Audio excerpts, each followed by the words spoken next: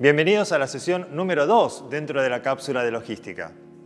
Entonces, repasando, vimos a logística como un proceso de negocio clave dentro de supply chain, vimos cuáles son los objetivos que busca esta visión de supply chain, vimos en dónde está involucrada la logística dentro de los negocios, vimos algunos procesos importantes dentro de la logística, como por ejemplo el proceso order to cash, vimos la administración también de los inventarios y nos respondimos 3 grandes preguntas. ¿Qué tenemos? ¿Por qué tenemos lo que tenemos? ¿Y para qué tenemos lo que tenemos? Entonces lo que vamos a ver ahora es, ok, fantástico, tenemos este inventario, pero en algún lado hay que sostener ese inventario. Así que vamos a arrancar este módulo hablando del almacenamiento y las buenas prácticas de almacenamiento. Comenzamos. Lo más importante cuando hablamos de almacenamiento de inventarios o de stocks es la identificación de nuestros productos. Acuérdense lo que hablamos de tipos de inventario, o sea, materias primas, materiales, productos en proceso, productos intermedios, productos terminados, repuestos y cualquier otro que pueda llegar a tener la compañía. Recuerden el concepto de SKU, Stock Keeping Unit. Entonces, es muy importante poder identificar a esos inventarios, a esos stocks por cada SKU. La forma de identificar cada SKU tiene que ser unívoca. Es decir, no puede haber 2 productos con el mismo código. No le puedo dar el mismo código a un producto de color rojo y a un producto de color azul, porque decimos, total es el mismo producto. No, no es el mismo. Uno es rojo, otro es azul. Cada uno es una SKU diferente, tiene que ser unívoca. Me tiene que permitir crecer, o sea que si yo tengo un campo en mi sistema para 3 dígitos, ¿qué pasa cuando tenga el SKU número 1000? No, me tiene que permitir crecer el sistema, ¿sí? Lo mismo que si tengo distintas unidades de negocio y por ahí en una unidad de negocio el código 123 es una silla y en otra unidad de negocio el código 123 es una galletita de agua, estoy inventando. No, no puede pasar. O sea, el código 123 tiene que ser el mismo para toda la compañía, independientemente de la unidad de negocio en la que estemos parados. Tiene que ser muy segura. Y en ese sentido, los códigos de barra, ¿sí?, nos ayudan muchísimo a esa correcta identificación. Los métodos. Tenemos métodos para la preparación de pedidos, ¿sí? Entonces, hemos recorrido el almacenamiento. Vimos que tenemos que tener una identificación clara para cada una de esas SKUs. Ahora llega el momento de preparar pedidos. Y para la preparación de los pedidos tenemos distintos métodos, justamente. Algunos serán más manuales, otros serán más automáticos. Pero lo importante es que respetemos algunas buenas prácticas. Desde que sea un método manual en donde yo recibo un pedido como preparador, como piqueador dentro de mi almacén, la primera buena práctica es que ese pedido esté ordenado con una determinada ruta para que la persona que está piqueando, que está preparando el pedido, no tenga que hacer kilómetros de ida y vuelta entre un producto y otro. La idea es que siga una determinada ruta. Es decir, que la parte administrativa acompañe a la parte física y viceversa. De esa manera, los tiempos se van a achicar y la productividad va a aumentar muchísimo. Ahora, esto yo lo puedo tener, como decíamos, en una hoja impresa, o sea, manual, que aunque sea lo que pedimos es que, o sugerimos, es que tenga esa buena práctica del ruteo, o ya puedo ir hacia técnicas un poquitito más automáticas o avanzadas. Por ejemplo, yo puedo, en la recorrida que hago de mis estantes o almacenes, dentro de cada almacén puedo tener distintos tipos de estantería, algunas de ellas pueden estar alimentadas con el sistema Pick to Light. Por su expresión en inglés, voy a piquear, voy a preparar, voy a acercarme a aquel estante en donde se encienda una luz. ¿Sí? Le voy a piquear a la luz, pick to light. Entonces, yo como preparador sé a dónde tengo que ir. Lo puedo tener a lo mejor impreso en un papel, pero además el sistema me guía diciendo tenés que ir a tal estantería. Cuando llego y preparo el pedido que se me indica, apago la luz y se va a encender otra luz en alguna otra estantería, en algún otro estante. Sistema entonces Pick2Light como una gran ayuda y que también me permite un aumento de la productividad. Algo que reemplaza o complementa a la visión anterior es el voice picking, es decir, el piqueador, la persona que está preparando, puede tener una voz que le habla en su oído, ¿sí?, indicándole a dónde tiene que ir, cuál es el producto que tiene que piquear y en qué cantidad. A veces se lo utiliza como complemento del Pick2Light o como complemento de la hoja impresa. En algunos casos está más desarrollado que en otros, pero puede ser una alternativa válida. También puedo usar lectores de radiofrecuencia. Entonces, ya no tengo un papel impreso, sino que lo que tengo es una pistola en donde tengo una pantalla y yo como piqueador lo que voy haciendo es guiándome por las indicaciones que me da la pantalla y cada vez que llego a un determinado estante, lo que hago es iluminar, ¿sí?, con la radiofrecuencia el estante para identificar que estoy parado en el lugar correcto. Cuando el sistema me devuelve que estoy ok, piqueo la cantidad que me está indicando el sistema, escaneando cada código de barras, justamente con el lector de radiofrecuencia. Eso aumenta la seguridad, no solamente la productividad, sino la seguridad de un pedido correctamente preparado. Ya ahora después tendríamos que ir hacia técnicas más modernas en donde podemos hablar de realidad aumentada. ¿Qué es esto de realidad aumentada? Bueno, imagínense que, así como estoy acá con ustedes, yo me pongo un par de anteojos. ¿Qué va a suceder? Los voy a seguir viendo, ¿sí?, pero además voy a estar viendo información en mi lente, ¿sí? Entonces yo ahora soy un piqueador. Estoy frente a mi estantería con cada uno de los estantes, con los distintos productos, me pongo un lente, ¿sí?, y tengo alguno de los otros sistemas, a lo mejor un sistema manual o un lector de radiofrecuencias o nada, y el sistema me indica que vaya a tal estantería, ¿sí?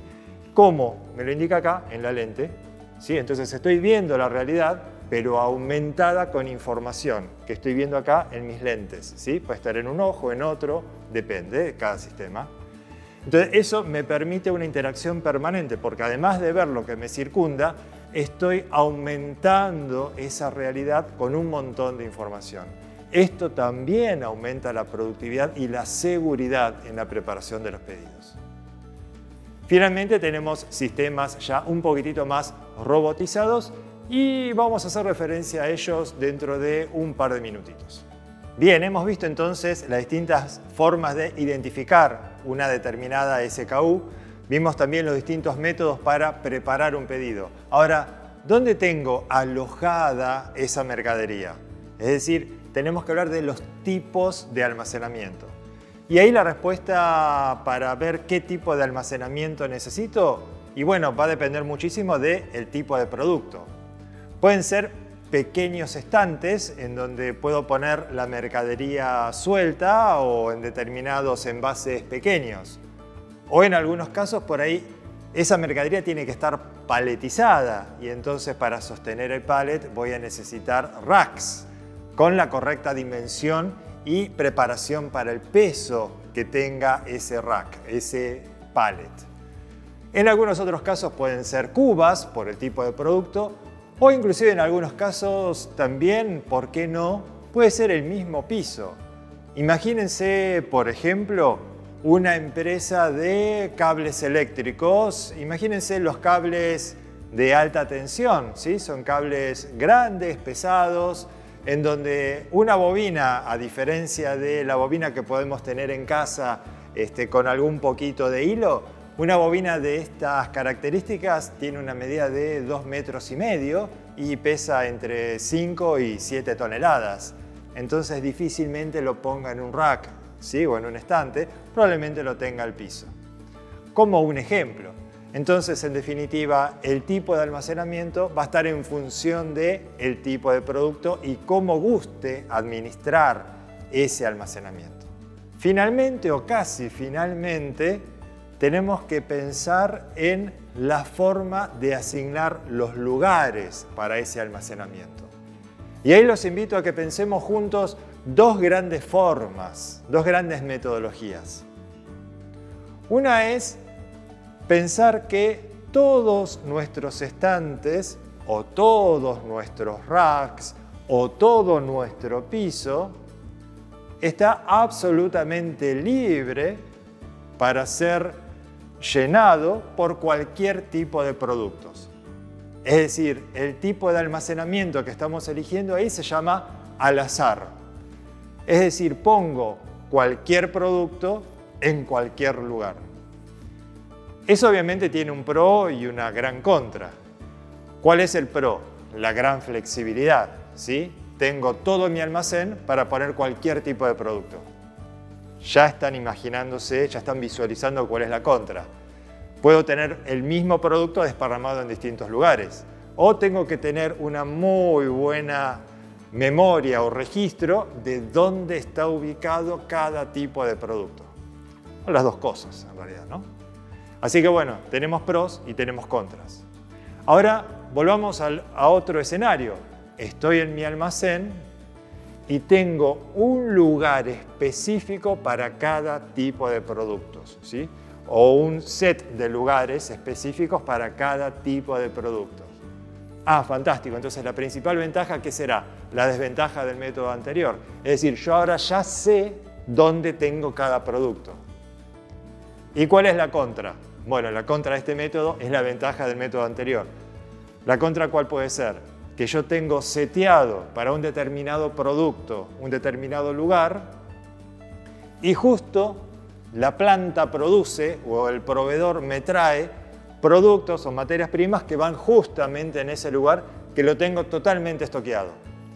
Bueno, entonces ahí tendré que hacer uso de pronto de algún otro lugar y empiezo a desparramar dentro de mi almacén de un mismo producto distintas locaciones.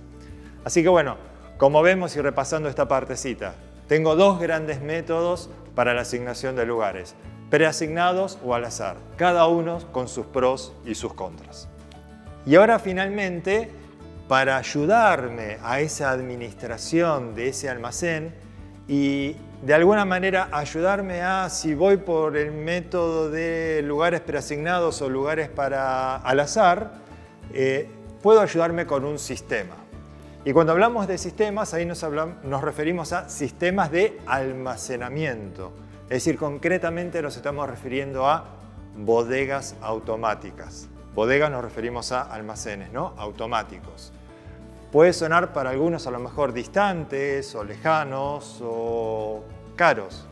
Lo cierto es que la tecnología está avanzando cada vez más y me permite un mayor acceso. A lo largo de los años, esa tecnología ha ido mejorando y ha ido también siendo más accesible. La forma de denominar a una bodega automática técnicamente, de nuevo, es una sigla en inglés, ASRS, genéricamente, referido a Automatic Storage and Retrieval System, ¿sí? Un sistema de almacenamiento y reaprovisionamiento automático, ¿ok? En donde ahí lo que tenemos es fundamentalmente una gran ayuda de ese sistema, que además del software tiene bodegas que contienen carriers, ¿sí? Que cada carrier tiene un determinado conveyor, una determinada forma de movilizarse, en donde además de las estanterías que están ubicadas, cada conveyor se va moviendo, alocando o trayendo el pallet de acuerdo a las indicaciones recibidas por el sistema. Sistema que obviamente está administrado por alguien y alguien de alguna manera alimentó a ese sistema con un montón de información para que pueda operar de manera eficiente. Entonces, como podemos ver en la imagen, el sistema completo de ASRS toma el pallet, controla, verifica que ese producto corresponda a esa bodega, se fija que esté en condiciones adecuadas para ser recepcionado, por ejemplo, que no se sobrepase en el peso o que no haya alguna caja que esté mal ubicada saliendo de su línea, etc. Y el sistema toma ese pallet y lo lleva a algún determinado lugar que haya sido preasignado o al azar, depende cómo se haya seteado el sistema. Y así tenemos el proceso de almacenamiento o de infeed, de alimentación de esa bodega.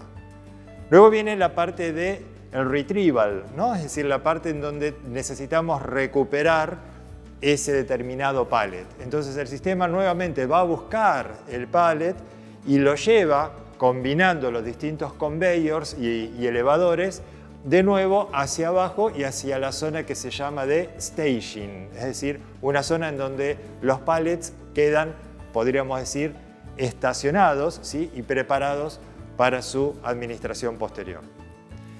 Eso entonces es fundamentalmente un ASRS.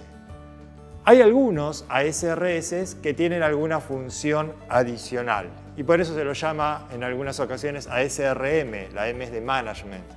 Y tiene que ver fundamentalmente con la función de re-warehousing. ¿A qué nos referimos con esto? Imaginemos una situación como la que describíamos hace un ratito, en donde, hablando de los lugares preasignados o al azar, en el sistema ASRS tenemos un lugar o un set de lugares predestinados para un determinado producto. Y afrontamos esta situación en donde ese sistema o ese lugar está totalmente estoqueado, totalmente lleno, y de pronto aparece más mercadería que normalmente debería ir a ese lugar. Bueno, el sistema automáticamente le va a asignar algún determinado lugar lo más cercano posible y va a continuar operando. Luego, cuando se ejecute la función de re-warehousing, que alguien la tiene que comandar, el sistema, ¿qué va a hacer? Automáticamente, generalmente en algún momento valle de la operación, para algunas empresas será a lo mejor a las 12 de la noche, para otras empresas a lo mejor es a las 2 de la tarde, depende. En algún momento, cuando haya un valle de operación, o sea, cuando haya poca operación de carga y de descarga, el sistema lo que va a hacer es reordenar todo su inventario, va a identificar si ahora tiene lugar en ese set que le habíamos indicado previamente y se va a traer ese pallet que tuvo a la fuerza que llevar a algún determinado lugar y lo va a poner de nuevo en el lugar preasignado.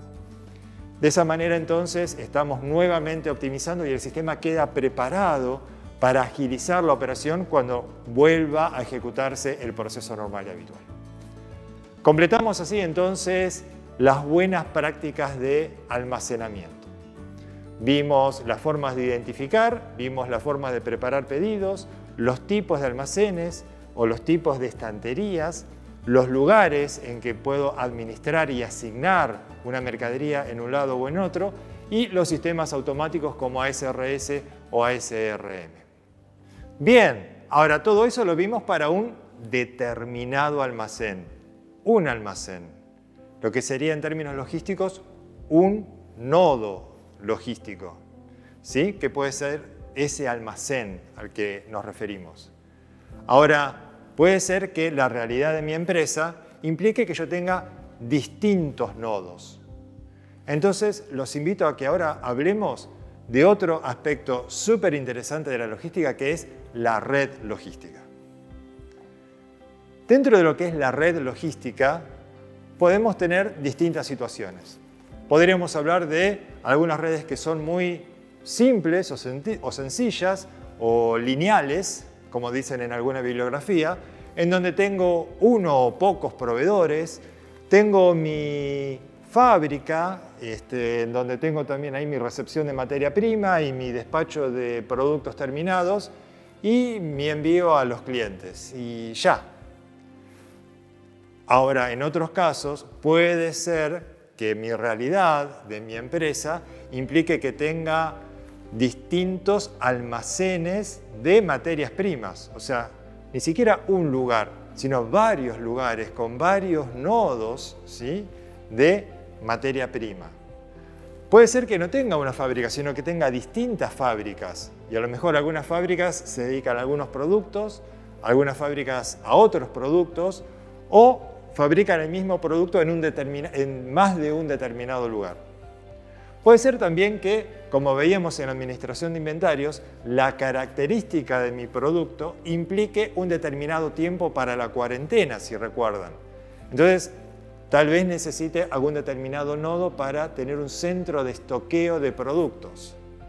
Y desde allí llevarlo hacia un centro de distribución, o 2 o 3 centros de distribución centrales. Y desde ahí por ahí llevarlo a centros de distribución regionales o pequeños depósitos en el interior del país, por ejemplo. Quiere decir que ahí estamos dentro de una red logística mucho más compleja, con muchos más nodos, ¿sí?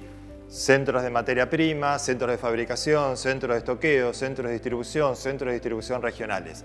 Eso es lo que constituye una red logística. Bien, estamos en presencia entonces de una red logística y ante ella nosotros podemos decir, bueno, esta red logística siempre estuvo así. La viví así desde que ingresé a la empresa y la estoy viendo así desde entonces para mí es algo natural. Lo cierto es que la buena práctica, ¿qué nos dice? Que pensemos previamente la red logística para que la diseñemos de manera efectiva. Entonces, vamos a pensar cuáles son aquellas características que tenemos que tener presente al momento del diseño de una correcta red logística. Para eso, los voy a invitar a hacernos 3 grandes preguntas nuevamente. Y las preguntas tienen que ver con los tipos de decisiones que tenemos que llevar adelante. Hay fundamentalmente entonces 3 grupos de preguntas o 3 grupos de decisiones. Decisiones de carácter físico, decisiones de servicio y decisiones de costos. Imagínense entonces un nodo entonces recordamos que es uno de estos puntos de la red logística, que puede ser una fábrica, puede ser un centro de distribución, puede ser un depósito regional, un centro de estoqueo de materias primas o de productos terminados. Decido implementar, instalar un determinado nodo. La pregunta será ¿en dónde? Así que ya vamos a responder a esa pregunta dentro de un par de minutitos.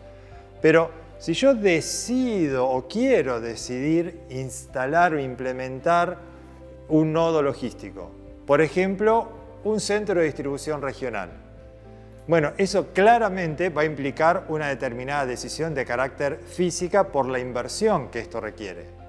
Pero va de la mano de otra decisión, que es los costos a los que voy a incurrir al momento de instalar ese depósito regional, siguiendo el mismo ejemplo. Puede ser que yo decida instalar ese depósito, ese centro regional, y en consecuencia voy a incurrir en mayores costos de mantenimiento, por ejemplo, mayores costos de sostener ese inventario, mayores costos para ese edificio.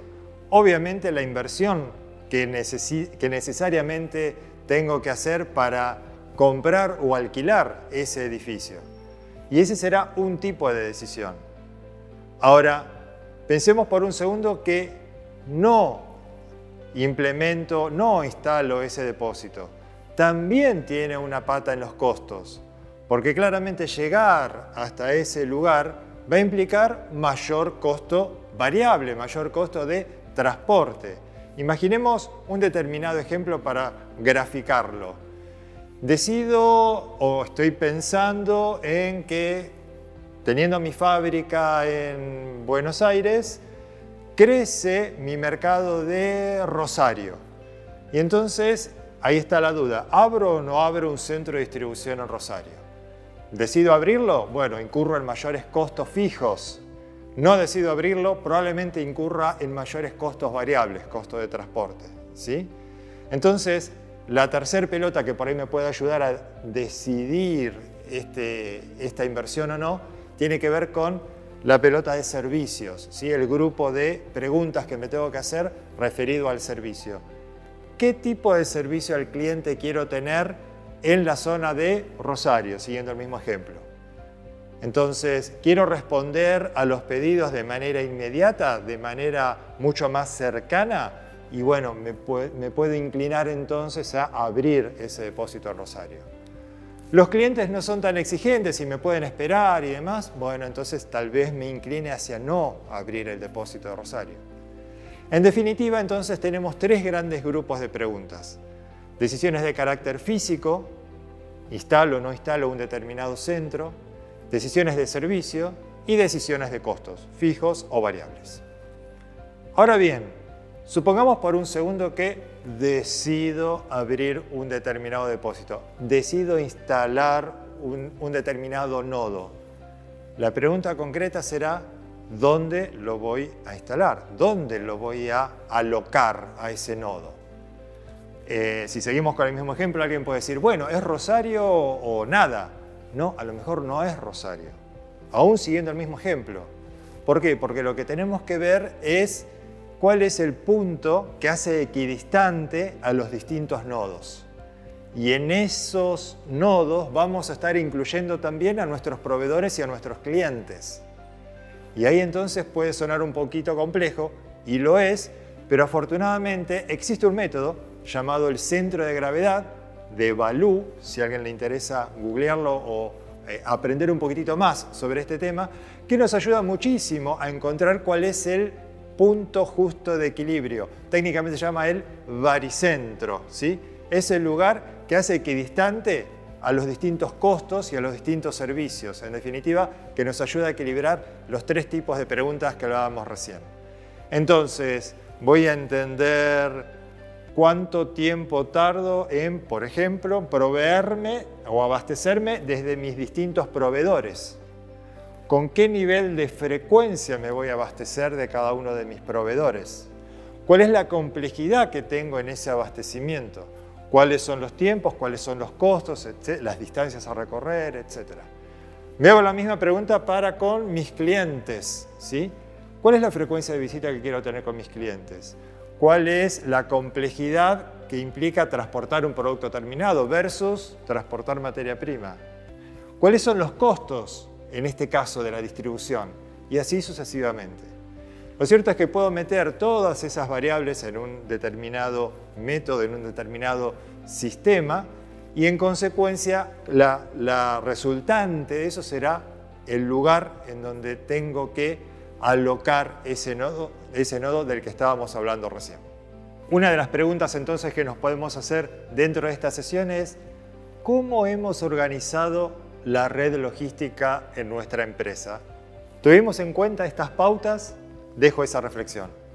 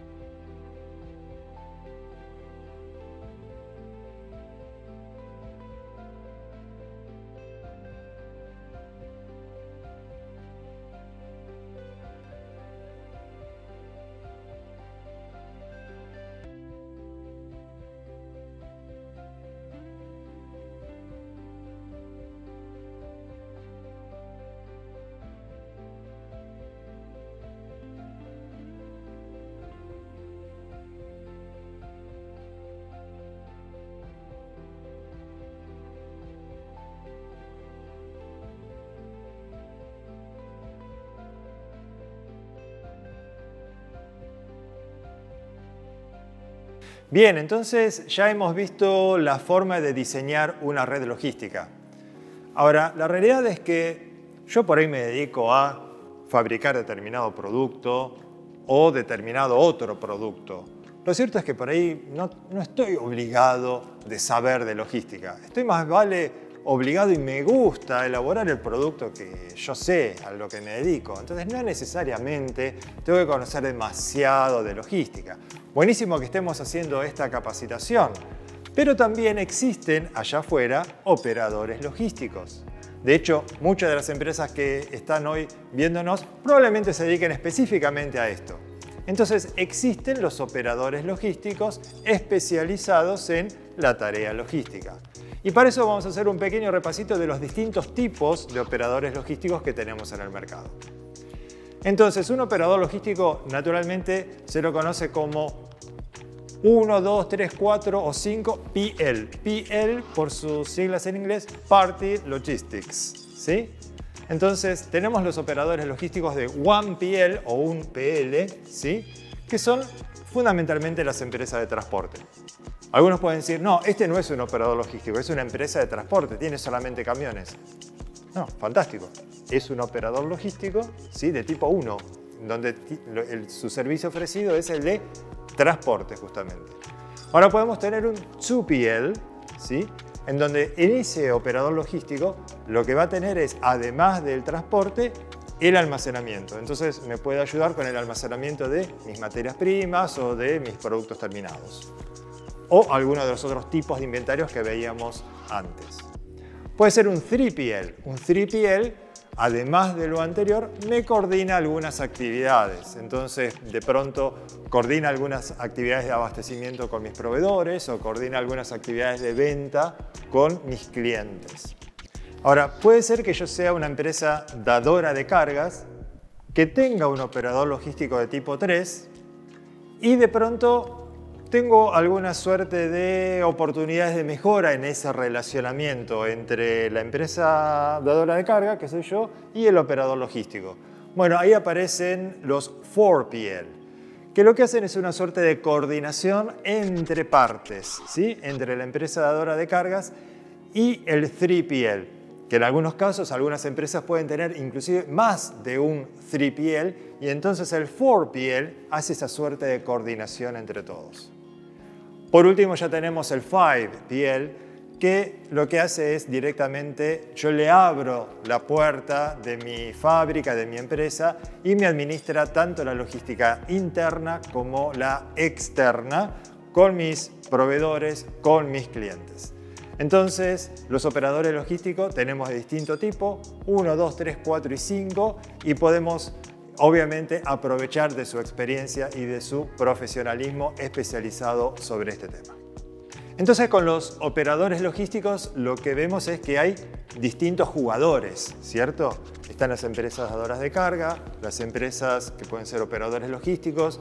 Pensemos por un segundo que la logística es un mundo grande en sí mismo, entonces los invito a que pensemos en un ecosistema logístico, ¿sí? Ecosistema considerando los distintos jugadores que puede haber dentro de una operación logística. Y para tener una dimensión más o menos grande, imaginemos una situación de un comercio internacional, en donde, bueno, tenemos en alguna parte del mundo algún productor, por ejemplo, de granos en alguna parte del mundo, que quiere obviamente vender su producción. Entonces, ¿a quién va a contratar? Va a contratar a una empresa de marketing internacional. Se los conoce por sus siglas en inglés IMC, International Marketing Company, que lo que va a hacer es justamente buscar algún cliente interesado sobre esos bienes o productos. Esta compañía no va a hacer todo, entonces claramente aparece otro jugador o par de jugadores que son los que se llaman en la jerga non-vessels y los que se llaman freight forwarders, es decir, los que permiten la conexión punta a punta entre dos nodos en alguna parte del mundo, qué sé yo, desde Holanda a Argentina, por ejemplo. Obviamente estos jugadores no tienen necesariamente que tener barcos, entonces ¿qué aparecen? Las compañías navieras, ¿sí? Entonces aparecen los Logistics Service Providers o LSP o LSP por sus siglas en inglés, que obviamente lo que nos van a proveer es ese servicio de transporte marítimo. Claramente otro jugador, otro nodo súper importante son los puertos, ¿no? Y tenemos diversidad de puertos con diversidad de tecnología, diversidad de costos también en el mundo y que tienen que ser debidamente mapeados por una operación logística eficiente. Una vez que llegó a ese puerto y gracias también a otro jugador que pueden ser los despachantes de aduana, hay que transportar el producto y entonces el transporte terrestre se va a hacer normalmente en algún tipo de camión y podemos hablar de eso dentro de algunos minutos. Probablemente no tenga que llegar necesariamente a un determinado lugar de mi fábrica o de mis centros de estoqueo y por ahí necesite de algún otro lugar, algún otro depósito. Entonces también están las empresas que me permiten ese almacenamiento temporario de mi producto que estoy importando de algún lado. Obviamente para eso esos productos se van a estar transportando en contenedores normalmente que pueden ser propiedad de la misma empresa naviera o de otra, porque estamos hablando también de alguna logística cooperativa. Para finalmente llegar a ese comprador, ¿sí? Que sería el otro jugador y es otro de los nodos logísticos. Entonces, dentro de esta recorrida con la excusa de una operación comercial internacional, hemos hecho también una recorrida del ecosistema logístico con todos sus nodos. Vamos con una preguntita entonces. ¿Qué otros jugadores intervienen en mi cadena de valor? ¿Cómo está organizado mi ecosistema, como lo vemos recién?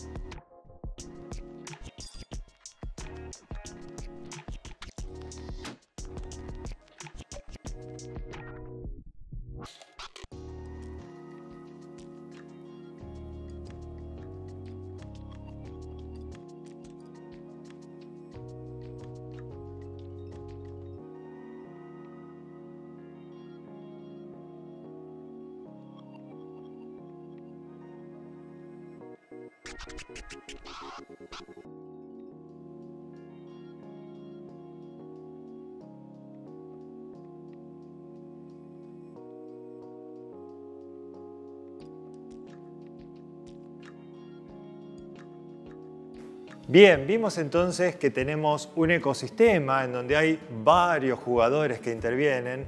Vimos antes que están los operadores logísticos que nos pueden ayudar justamente en ese transporte de cargas. Vimos antes todo lo relacionado a la red logística. Los invito a que dentro de todo este concepto abordemos el tema de transporte. Porque bueno, claramente la logística la necesitamos también con esa actividad. Y hay un concepto súper interesante dentro del transporte que es la flexibilidad. Queremos maximizar nuestro servicio al cliente, ¿verdad? Lo veíamos en la definición de Supply Chain Management, en donde la logística está inmersa. Así que bueno, veamos cómo el transporte puede aportar flexibilidad en ese servicio al cliente. Entonces, nuestra cabeza se nos puede ir naturalmente cuando hablamos de transporte a camiones. Bueno, fantástico, comencemos por ahí. Dentro de los camiones también tenemos esa flexibilidad de los distintos tipos de camiones con la diversidad de formatos y potencias. Un avance súper interesante en los últimos tiempos tiene que ver con la formación de bitrenes, ¿sí? Algo en donde la tecnología hizo su aporte y las regulaciones también el suyo. Cuando ambas coinciden, bueno, se pueden lograr avances como las que vemos en la imagen. Y hay justamente distintos tipos de aplicaciones de estos bitrenes. En algún momento llegarán formaciones mayores, de 3 o de 4, ya veremos.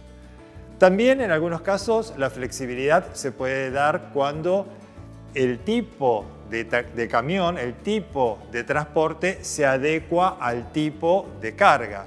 Y acá tenemos otra imagen que nos puede ayudar en ese sentido para ver cómo ajustamos o adecuamos el transporte al tipo de carga que tengamos que llevar adelante. También podemos aplicar otras técnicas que van a estar viniendo seguramente en los próximos tiempos. Y entonces ya podemos empezar a pensar en qué momento histórico estamos viviendo. Entonces, hace un ratito hablábamos de la industria 4.0, que hace referencia fundamentalmente a la cuarta revolución industrial. Y es la que estamos viviendo hoy en día, ¿sí? Desde hace aproximadamente unos 10 o 15 años estamos atravesando esta industria 4.0 que abarca distintas actividades. Por ejemplo, también la logística. Y la logística también se tiene que preparar para lo que podemos llamar una logística 4.0, ¿sí? Inmersa dentro de esta revolución industrial. Entonces, ¿por qué no pensar en algunos jugadores que pueden empezar a aparecer gracias a esa cuarta revolución industrial o dentro de ese marco de la cuarta revolución industrial? ¿Por qué no pensar, por ejemplo, en drones? ¿Sí? Hoy los drones se utilizan fundamentalmente para nada, a lo mejor juegos o a lo mejor inspecciones o a lo mejor algún tipo de toma de inventarios, de recuentos físicos, ¿sí? Bueno, ¿por qué no pensar también en el transporte con drones? Esto por ahí puede ser muy novedoso, puede ser muy disruptivo, a lo mejor hoy y aquí, pero ya en algunas otras latitudes se están empezando a utilizar, inclusive de la mano de las regulaciones que empiezan a autorizar este tipo de transportes. Entonces es algo que la logística tendrá que administrar, no solamente camiones de distinto porte, de distinto tipo. El día de mañana, ¿por qué no también pensar en drones? Veremos, es una alternativa. A veces el avión se lo suele utilizar como último recurso, ¿no? De pronto importamos materias primas y tradicionalmente lo hacemos por barco. Pero bueno, y dejamos el avión, ¿no?, para aquellas medidas de urgencia, aquellas instancias en donde tenemos que tener el avión para checar tiempos y para no quebrar inventario de alguna materia prima. Bueno, sepamos que esta industria también está haciendo lo suyo para ser cada vez más competitiva. Entonces, se están encontrando distintas alternativas para poder maximizar las cargas de los aviones con distintas formas, ¿sí?, de distinta manera, pero claramente esta industria también va a ayudar a las empresas en transportes cada vez más eficientes que permitan a las empresas justamente ser más competitivos también a la hora de las materias primas. Y bueno, también tenemos algún otro tipo de novedades que van llegando de la mano de por ahí algunas empresas en particular, de algunas industrias en particular también, y en algunos casos ya se empiezan a desarrollar camiones cada vez más aerodinámicos, ¿sí? Esto que por ahí se aplica para algún otro concepto, los autos de carrera o las empresas de transporte de personas, bueno, también se lo está utilizando para el transporte de cargas. Entonces, los camiones aerodinámicos claramente ayudan a reducir muchísimo el costo del transporte gracias a esa menor resistencia y en consecuencia a un menor consumo de combustible. También tenemos otras novedades en este marco de la industria 4.0, podríamos decir también, que tiene que ver con los camiones eléctricos. Claramente hay camiones de distinto tipo, hay camiones que consumen muchísimo combustible fósil. Imagínense los dumper, que son los camiones que, por ejemplo, se utilizan en las minas, son los que más combustible fósil consumen. Bueno, ya existe el e-dumper, ¿sí? Es decir, camiones eléctricos que no solamente no consumen combustible fósil, sino que además generan más electricidad de la que consumen, ¿sí? Así que fíjense cómo esto revoluciona no solamente los costos para la empresa, sino también que hasta puede llegar a ser alguna oportunidad de negocio porque podrían llegar a vender ese combustible que les sobra, ¿sí? Y desde ya tenemos autos que son autónomos y esto va a llegar en cualquier momento para los camiones. Entonces también tenemos que pensar en los camiones autónomos. Camiones autónomos que ya están en experimentación en distintos países. En general salen a nivel de pelotones, o sea, salen 2 o 3 o 4 camiones juntos, pero que otorgan una gran seguridad, una gran confianza. Esto no reemplaza a los conductores, pero sí ayuda a los conductores para una maniobra mucho más efectiva, porque es tanto eficaz como eficiente. Obviamente todavía está de modo experimental, pero ya las regulaciones también van a estar autorizando esta modalidad y de hecho ya hay algunas autorizaciones en algunos estados de algunos países para hacer algunas pruebas. Así que los camiones autónomos a lo mejor no será mañana ni pasado, pero ¿por qué no pensar que es algo que vamos a tener que administrar dentro de la logística? Y bueno, mencionamos camiones aerodinámicos, mencionamos camiones eléctricos, mencionamos camiones autónomos. Bueno, hay empresas que ya tienen estas tres características. Camiones que son aerodinámicos, que son eléctricos y que son autónomos. Y que también todavía están de modo experimental, pero que próximamente, no sabemos cuándo, pero pueden llegar a salir al mercado. La logística 4.0 ya está entre nosotros. ¿Cómo me estoy preparando para su advenimiento?